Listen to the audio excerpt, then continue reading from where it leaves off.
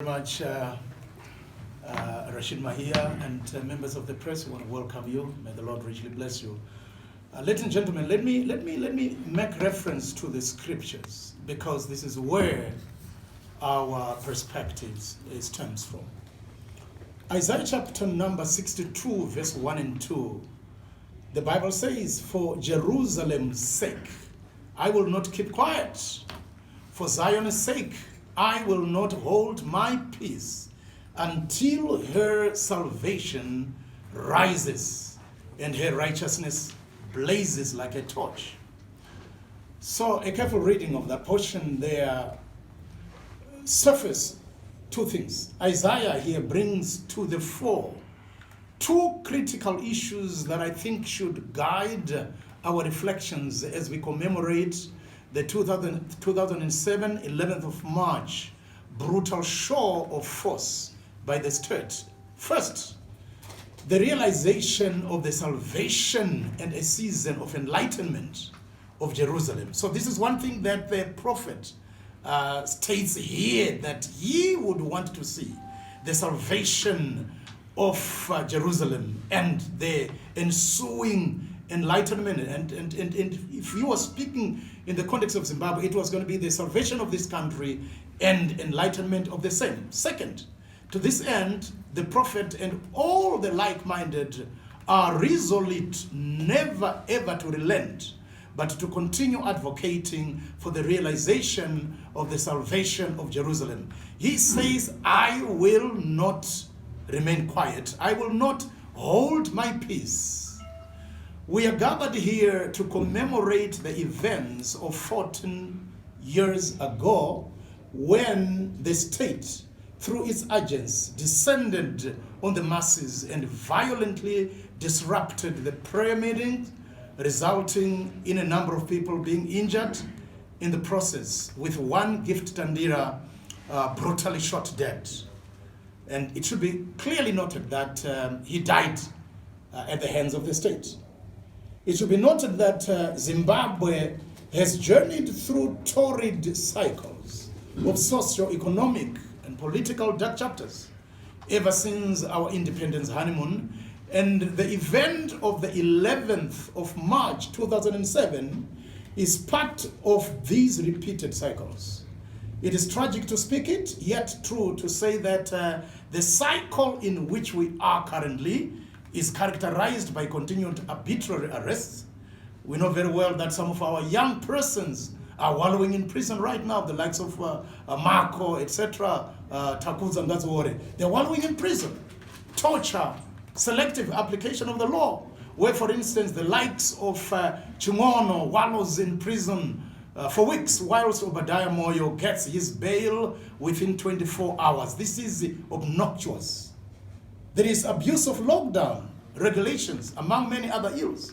Now, if 14 years ago, we coalesced around issues that bedeviled our country, and we still have the same issues, if not more, we have to come around once again to build the Zimbabwe that we want.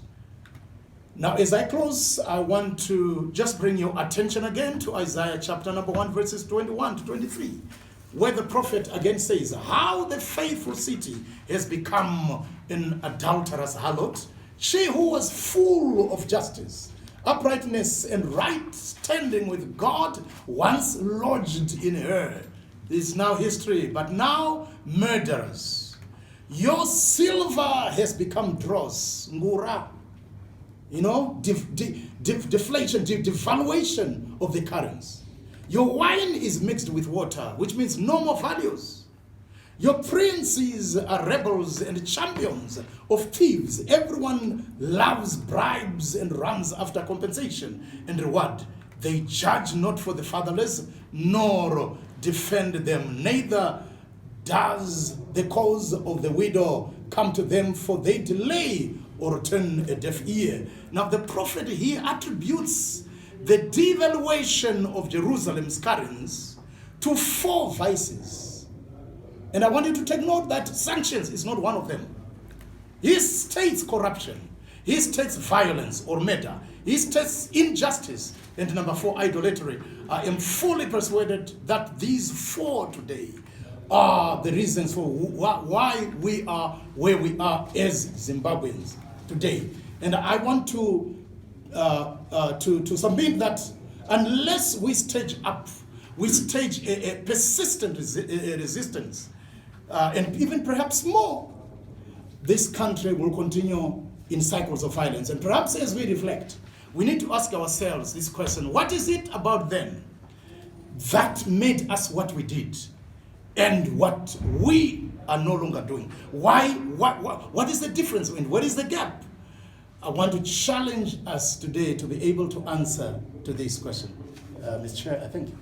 Thank you very much. And I think one thing that we need to admit is that, yes, as human beings, we have had our own failures. We are frail, we are vulnerable. We are not made of iron and steel, but blood and flesh. And so at times, there's a tendency on our part at times to get weary. But of course, we need to be encouraged that those that wait upon the Lord, those that are motivated on the basis of principles, will have to be pushed on.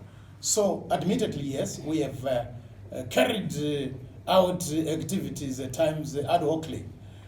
But one question we also need to ask ourselves now onwards, I take this as a time for reflection. We need to say to ourselves, what is it that we have never done, that if we were to do, things will change? And I want to assure you that the state knows that. The system knows that. It is persistence, it is resilience, it is readiness to die. Now, how do you crush somebody who is ready to die? I've always insisted that, to those that threaten me, don't threaten me because I don't respond to threats. Don't tell me that you will kill me just to kill me. So we need to be able to come to a point where we said we are ready to die. When one of us is arrested, when Chimwana is arrested, when God's word is arrested, let them arrest us all. And this is one thing that these guys are afraid of. And from all the sectors, church, labor, etc., let us speak one voice. Let us define our destiny and lead the proceedings towards that destiny.